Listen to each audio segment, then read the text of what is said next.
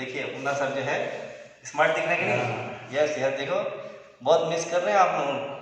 Fees नहीं मांग पा रहे हैं, यहीं से फीस मांग लीजिए। नहीं जाने दीजिए, फीस नहीं मांगेंगे, आशीर्वाद दे दीजिए कि खूब पढ़े बच्चे पढ़े लिखे फले फूले और उसका सही ढंग से यूज करें। जो हम लोग भेज रहे हैं उसको सही ढंग से यूज करें, सही ढंग से पढ़ाई करें। यही हमारी शुभकामनाओं के साथ आप लोगों को दुआ और प्यार के साथ आप लोग मेहनत से उसका सही उपयोग करें। डियर स्टूडेंट्स, आज I am going to start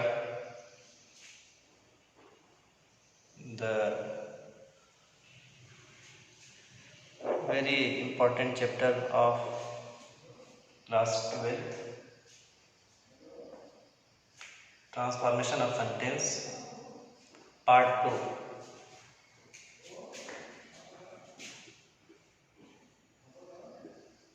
Transformation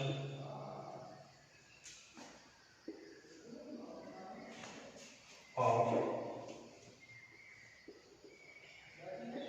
tenses, part 2. आज हम ट्रांसफॉर्मेशन ऑफ सेंटेंसेस जो क्लास 12th का एक बहुत इंपॉर्टेंट चैप्टर है उसको डिस्कस करने जा रहे हैं। पार्ट 1 इससे पहले मैं आपको बता चुका हूँ किस तरीके से आप अफर्मेटिव सेंटेंस को निगेटिव में चेंज कर रहे थे। उसमें आई थिंक हम पहुँचे रहे होंगे कि अगर किसी भी वर्ब का अपोजिट वर्ड न मिले तो हम उससे पहले मोस्टली फेल टू लगा देते हैं और वो अपोजिट वर्ड्स का काम कर देता है। अब आपको मैं बताना चाहूँगा कि अफर्मेटिव से निगेटिव जब बनाते हैं तो कभी कभी हम डबल निगेटिव वर्ड्स का भी यूज़ करते हैं। देखिए, डबल निगेटिव वर्ड्स, हम डबल निगेटिव वर्ड्स का भी यूज़ करते हैं। इसको जरा देखेंगे, आप इसको लिख भी लीजिएगा जो मैं बता रहा हूँ, आप ले लीजिए नोट में। Double negative words, double negative words का भी हम यूज़ करते हैं। यानी निगेटिव के लिए 2 वर्ड्स यूज़ करेंगे। देखते हैं उसको, आप एग्जांपल देखेंगे तो कुछ आपको समझ में आएगा। देखेंगे क्या है। जैसे मैं कहूँ every rose has thorn, every rose has thorn, हर रोज रखता है थॉर्न, कांटा। यानी मोस्टली आप देखेंगे कि गुलाब में कांटे भी होते हैं। एवरी रोज हैज थॉर्न, हर गुलाब में कांटा भी होता है। यानी गुलाब के जो पेड़ है उसमें कांटे भी होते हैं, ये बताना चाह रहे हैं यहाँ पे। अब देखिए, एवरी रोज हैज थॉर्न, हर रोज रखता है थॉर्न, कांटे भी रखता है। इसको आपको बनाना है तो आप इस तरह से जो है बनाएंगे इसको। देखिए, there is no rose without thorn, there is no rose without thorn. इसकी मीनिंग ये है कि रोज नहीं होता है बिना थॉर्न के। यानी हर रोज रखता है थॉर्न, यानी हर रोज में कांटे होता है, हर रोज में कांटा होता है, हर गुलाब में कांटा होता है। तो देयर इज नो रोज, कोई भी रोज नहीं होता है विदाउट थॉर्न, बिना कांटे के। यानी हर रोज में कांटा होता है। यहाँ पे डबल निगेटिव वर्ड्स क्या यूज है? एक तो नो है, क्लियर है डियर स्टूडेंट्स? अब देखेंगे, नो है और उसके बाद आते हैं विदाउट। विदाउट भी निगेटिव की मीनिंग है, बिना यानी ना, बिना यानी ना। तो आप देखेंगे कि नो भी है और विदाउट भी है, यानी डबल निगेटिव वर्ड्स आ गए, नो भी आ गया और विदाउट भी आ गया है। तो आप देखेंगे इसमें there is no rose without thorn, यानी रोज नहीं होता है विदाउट थॉर्न। इसको लिखने की जरूरत है, इसको बार बार देखने की जरूरत है, आप समझेंगे डियर स्टूडेंट्स, है ना। मैं मिस कर दिया था आप लोगों को कहते हुए भी कि क्लास जो है शुरू होने से पहले मैं आपको मुझे बताना था कि ये जो वीडियो हमारी बहुत लेट आप तक पहुंच रही है, वो कुछ टेक्निकल प्रॉब्लम्स हैं, वो जल्द से जल्द हम शॉर्ट आउट कर लेंगे, उसको देखेंगे कि क्या हो रहा है ना। तो आपका फ़ोन भी आता है कि सर वीडियो अभी आ नहीं रही है, वीडियो के बाद बहुत ज़्यादा गैप है। बहरहाल कोशिश कर रहे हैं, वो टेक्निकल चीज़ें हैं, उसको जो सॉल्व करने की कोशिश की जा रही है, उसको जल्द से जल्द सॉल्व कर लिया जाएगा। ठीक, तो क्या है, there is no rose without thorn, rose नहीं है विदाउट थॉर्न, बिना कांटे के, यानी हर रोज के पास कांटा होता है। ये इस तरह से डबल निगेटिव वर्ड्स यूज हुए, नो भी हुआ और विदाउट भी हुआ। आई थिंक मैं समझता हूँ कि आपको ये बात समझ में आ गई होगी। ठीक है, तो ये एग्जांपल है, और एग्जांपल आप देखिए, there is will, there is way, जरा देखिए, there is will, there is way, meaning क्या है, देयर इज विल, जहां विल होती है वहां क्या होता है, राह भी होती है ना। इससे पहले वेयर भी कर सकते हो, where there is will, there is भी हो सकता है, where there is will, there is way, जहां चाह वहां राह, यानी जहां विल होती है ना इच्छा, चाहत, ओके, जहां चाह वहां राह, ये आपने कहा है, there is will, there is way, जहां चाह वहां राह। अब ये लिखिए, इसको मैं कैसे बना रहा हूं negative, there is no way without will. ये स्टूडेंट देखिए, there is no way without will, meaning क्या है, देयर इज नो वे, कोई भी राह नहीं है, विदाउट विल, बिना चाह के, यानी बिना चाह के कोई राह नहीं है। सेम बात है, there is will, there is way, जहां चाह रहेगी वहीं पे ही राह मिलेगी, वहीं पे राह होगी। और अगर राह नहीं मिलेगी विदाउट विल, बिना विल के, बिना चाह के, दोनों बात सेम है। यहाँ पर भी डबल हमने जो है निगेटिव वर्ड्स यूज किया है, एक नो है और एक विदाउट, विदाउट भी निगेटिव की मीनिंग देता है। तो नो और विदाउट एक ही सेंटेंस में हमने दो निगेटिव वर्ड्स को यूज कर दिया है। तो कभी कभी हमारी मजबूरी होती है कि हम कभी कभी दो निगेटिव वर्ड्स भी यूज करते हैं, जैसा कि आपने यहाँ पे देखा। एक और देखिए एग्जाम्पल,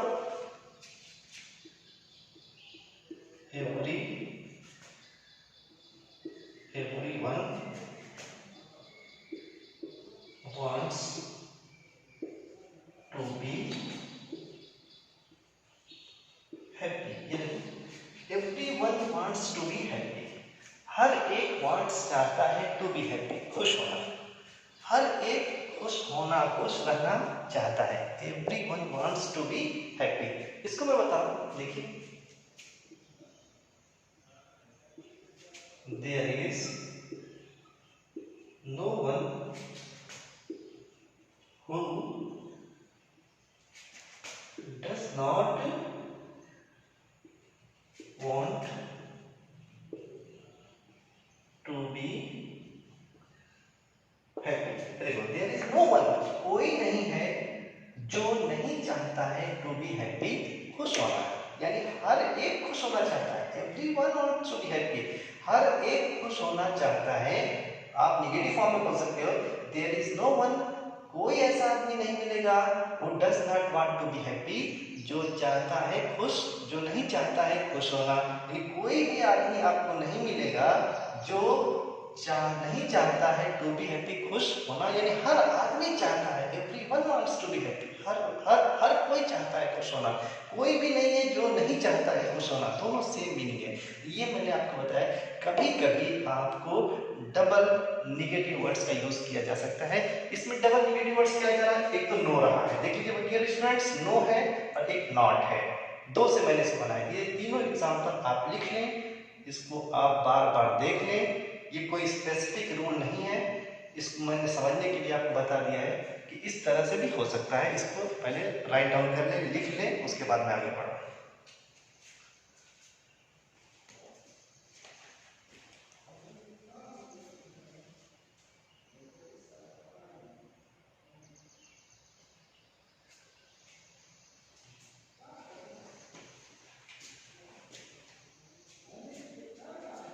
स्टूडेंट्स, ये बहुत इंपॉर्टेंट चैप्टर है और बहुत इंटरेस्टिंग चैप्टर है। थोड़ा सा अपना थोड़ा सा वक्त इसमें देंगे तो मैं समझता हूँ कि आप बहुत इजीली इसको समझ सकते हैं कि किस तरह से आप एक सेंटेंस को दूसरे में ट्रांसफॉर्म करते हैं, किस तरह से आप जो है चेंज करते हैं, जो है समझने। आपको डाउट हो सकता है कभी कभी ट्रांसफॉर्मेशन ऑफ सेंटेंस में क्या होता है कि सेंटेंस को आप बदलेंगे लेकिन उसकी मीनिंग नहीं बदलेंगे। लेकिन चेंज ऑफ सेंटेंस में होता है कि आप मीनिंग बदल जाती है, लेकिन ट्रांसफॉर्मेशन ऑफ सेंटेंस में मीनिंग नहीं बदलती है। जो मीनिंग है वही रहेगी, चाहे आप अफर्मेटिव फॉर्म में बोलो, चाहे निगेटिव फॉर्म में बोलो, चाहे असर्टिव फॉर्म में बोलो, चाहे इंट्रोगेटिव फॉर्म में बोलो, चाहे आप जो है एक्सक्लेमेटिव फॉर्म में बोलो, चाहे असर्टिव फॉर्म में बोलो, किसी भी फॉर्म में बोलोगे आप, लेकिन उसकी मीनिंग कोई चेंज नहीं होगी। उसी हो गया, आई थिंक मैं समझता हूँ कि ये हो गया होगा आपका।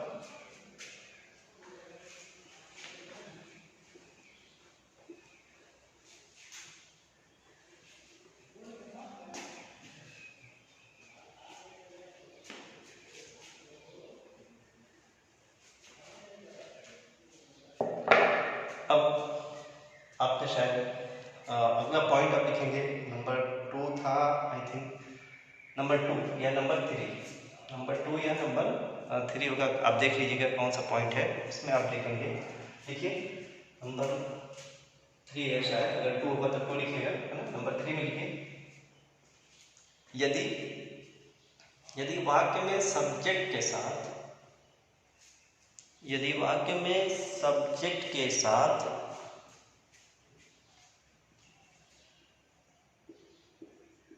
ओनली या अलोन हो तो, ओनली या अलोन हो तो, ओनली या अलोन हो तो इन्हें हटा दिया जाता है, इन्हें हटा दिया जाता है। और वाक्य के शुरू में, और वाक्य के शुरू में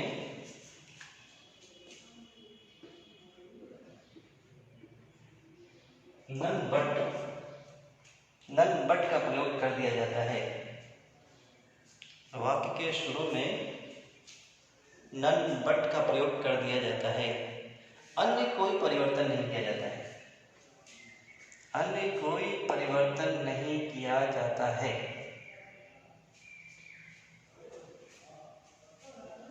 अन्य कोई परिवर्तन नहीं किया जाता है। यस, आप एग्जांपल देखेंगे इसकी। देखिए, only Ravi got good marks in English. देखिए, only Ravi got good marks in English. केवल रवि, वल्ली रवि केवल, वल्ली और मतलब केवल, है ना। केवल रवि गॉट पाया गुड मार्क्स, अच्छे मार्क्स इन इंग्लिश। ये अफर्मेटिव है, कहीं पे भी निगेटिव वर्ड्स नहीं है, नो है ना, नॉट है ना, आपका नेवर है, कहीं भी निगेटिव वर्ड्स आपको नहीं मिला है। इसका मतलब ये अफर्मेटिव है। अब आप इसको निगेटिव फॉर्म में लेकर के जाएंगे इस तरह से कि इसकी मीनिंग ना बदले। देखते हैं, मैंने कहा कि सब्जेक्ट इसमें रवि है, रवि सब्जेक्ट, सब्जेक्ट के साथ ओनली है या सब्जेक्ट के साथ अलोन लग जाए। ओके, अक्सर ओनली जो है वो सब्जेक्ट से पहले आता है और अलोन सब्जेक्ट के बाद आता है। ओके, तो अगर सब्जेक्ट रवि है, रवि के साथ ओनली लग गया है तो ओनली को आप हटा दें और शुरू में उसकी जगह पे क्या करते हैं, नन बट। क्या लगाते हैं, none but Ravi got good marks in English. अब मार्क्स इन इंग्लिश। अब नन में नो, नन एक आंसर है, नो वन। क्या है बेटा? ये नो वन आंसर है। आंसर क्या है? No one. ओके, अब इनको हमने शॉर्ट है उसको साथ में लिखते हैं तो क्या बना जाता है उसको? इसी को हम नन बोलते थे। क्या बोलते हैं? नन। यानी नन असल क्या है? नो वन है। नो निगेटिव हो गया, निगेटिव वर्ड सब मिल गया आपको, तो ये नन नो वन है, यानी निगेटिव हो चुका है। देखिए नन क्या है? नन क्या है? नो वन है। नो वन है, इसकी मीनिंग ये हो गई कोई नहीं। कोई नहीं आ गया तो इसका मतलब निगेटिव बन गया। आगे कोई चेंजिंग नहीं करना है क्योंकि नो आपको मिलेगा, डबल निगेटिव वर्ड्स नहीं यूज करना है, इस वजह से आप कोई दूसरा निगेटिव वर्ड्स नहीं लाएंगे। तो अब देखिए no one but Ravi got good marks in English. अब इसमें देखिए कोई नहीं बट सिवाय रवि के, रवि के अलावा कोई नहीं पाया अच्छा मार्क्स इन इंग्लिश। इंग्लिश में या क्या? केवल रवि ही पाया, केवल रवि ही पाया, रवि के अलावा कोई नहीं पाया। नन बट कोई नहीं सिवाय रवि के, यानी रवि के अलावा कोई नहीं पाया। देखो दोनों सेम मीनिंग आ रही है, सेम मीनिंग आ रही है। ठीक, अगला एग्जांपल देखेंगे इसमें। खाली alone went there, Khalid alone went there, Khalid अकेले वहां गया, यानी केवल खालिद ही गया। अकेले गया मीन्स केवल गया, यानी खालिद ही केवल वहां गया, खालिद अकेले वहां गया। अब अलोन मैंने बताया था मोस्टली ये जो है वो जिसके लिए आता है उसके बाद उसको यूज किया जाता है। अब क्या करना है? अलोन को आपको हटा देना है और इस वाक्य से पहले क्या लिख देना है? None but. क्या लिख देना है? None but. देखते रहिए, none but Khalid went there। ये देखिए none but Khalid went there, कोई नहीं बट सिवाय खालिद के वहां गया, यानी सिर्फ खालिद ही गया। क्या देखिए खालिद अकेले वहां गया, यानी केवल खालिद वहां गया, कोई नहीं सिवाय खालिद के वहां गया। The meaning is same. Students समझने की कोशिश करिए, आई थिंक बहुत सिंपल है, आप इसको अच्छी तरह से समझ रहे होंगे। ओके ठीक, इसको भी आप लिखिए, दोनों एग्जांपल लिख लीजिए dear students.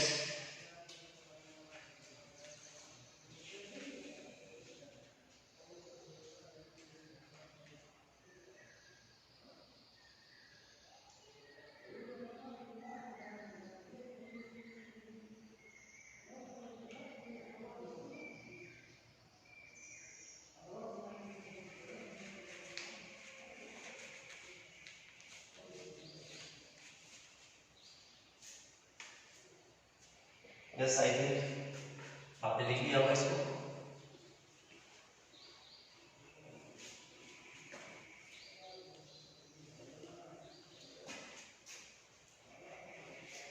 Yes,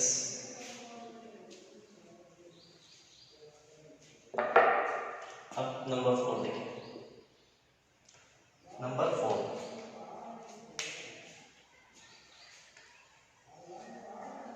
dear students अब नंबर 4 में आप देखिए क्या मैं मतलब मज़ा आ रहा है आप लोगों को, कुछ इस नए पैटर्न से सीखने का मौका मिल रहा होगा। बहुत ऐसा लग रहा है कि मुझे भी अब कुछ यूज टू हो रहा हूँ कि ठीक है नई भी स्टूडेंट है तो भी पढ़ाया जा सकता है। अब आपके ऊपर है, आप कितना इसको जो है कैचअप कर सकते हैं, कितना जो है इससे फ़ायदा उठा सकते हैं। तो नंबर 4 जो है आप देखेंगे, नंबर 4 में क्या है लिखिए, यदि वाक्य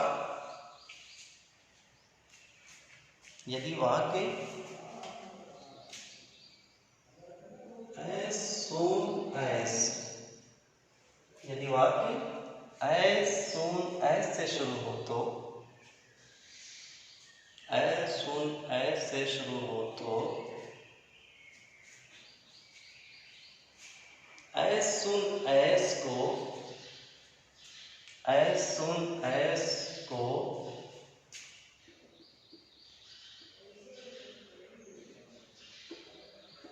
नो सोनर,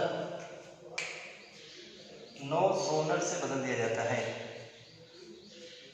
as soon as को नो सोनर से बदल दिया जाता है। और और उस क्लास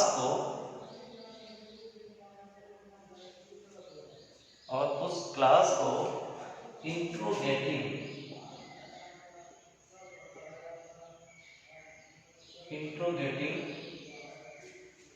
बना दिया जाता है, और उस क्लास को इंट्रोगेटिव बना दिया जाता है तथा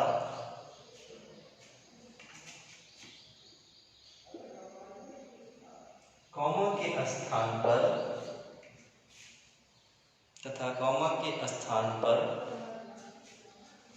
दैट का प्रयोग किया जाता है। टीएच नहीं आती, तथा कॉमा के स्थान पर दैन का प्रयोग किया जाता है। THAN, then.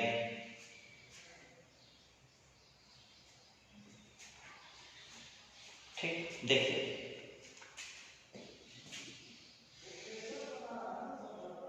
as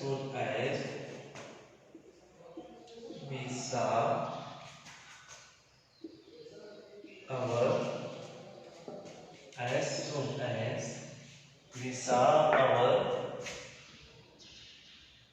teacher, comma, we became silent। देखो, as soon as we saw our teacher, we became silent। Meaning देखिए, as soon as जैसे ही, we saw हमने देखा, our teacher अपने टीचर को, we became silent वैसे ही हम चुप हो गए। क्या मतलब वैसे ही, है ना, जैसे ही देखा वैसे ही हम चुप हो गए। जैसे ही अपने टीचर को देखा हम क्या हो गए, चुप हो गए। ठीक है ना। अब देखिए ये जो है कॉम्प्लेक्स सेंटेंस है। कौन सा सेंटेंस है, कॉम्प्लेक्स है। कॉम्प्लेक्स सेंटेंस में दो क्लास होता है। क्या क्लास होता है, दो क्लास होता है। इसमें पहला क्लास है as soon as we saw our teacher, ये पहला क्लास है। और वी बिकेम साइलेंट, ये क्या है, सेकेंड क्लास है। क्लियर है। आप पढ़ेंगे, मैं बताऊंगा जब आपको सिंथेसिस ऑफ सेंटेंसेस जब मैं पढ़ाऊंगा तो आपको बताऊंगा कि कॉम्प्लेक्स सेंटेंस की पहचान क्या होती है। बस इतना समझिए, कॉम्प्लेक्स सेंटेंस में दो पार्ट होते हैं, ठीक है ना। और उसमें क्या होता है, दो पार्ट होंगे और दोनों को जो है, एक को आप प्रिंसिपल क्लास कहते हैं और दूसरे को सबऑर्डिनेट क्लास कहते हैं। इसमें वी बिकेम साइलेंट ये प्रिंसिपल क्लास है, और as soon as we saw our teacher ये उसका सबऑर्डिनेट क्लास। जब सबऑर्डिनेट क्लास पहले आता है तो बीच में कॉमा मोस्टली लग जाता है, और अगर सबऑर्डिनेट क्लास बाद में आता है तो कॉमा नहीं लगता है। यहाँ पे आप देखेंगे इसको किस तरह से आप बनाएंगे। पहला काम करना है, एज सुन एज को आप नो सूनर में बदल दीजिए, ये मैंने बताया था, नो सूनर। ठीक है। अब मैंने कहा था कि अब उस क्लास को, यानी कि एज सुन एज वाला जो क्लास है वो कहाँ तक है, टीचर तक है। कहाँ तक है बेटा, टीचर तक है। इसको वी सॉ आवर टीचर को इंट्रोगेटिव बना दीजिए। क्या बना दीजिए, इंट्रोगेटिव। जो बच्चे टेंस अच्छा जानते हैं वो इसका इंट्रोगेटिव बना सकते हैं। ये पास्ट इंडेफिनिट है, और आप इसको पास्ट इंडेफिनिट को आप किस तरह से इंट्रोगेटिव बना रहे हैं इसको आप देखिए, ठीक है ना। तो क्या होगा, we saw our teacher, we saw our teacher का इंट्रोगेटिव क्या आएगा, did we see our teacher. ठीक है, did we see, we saw our teacher का इंट्रोगेटिव का past indefinite did we see our teacher.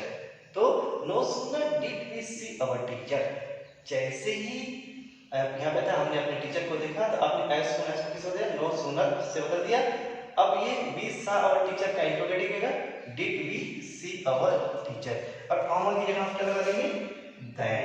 क्या लगा देंगे, दैन। जो बच्चा है उसको काट देंगे, कुछ बच्चे नहीं है। We became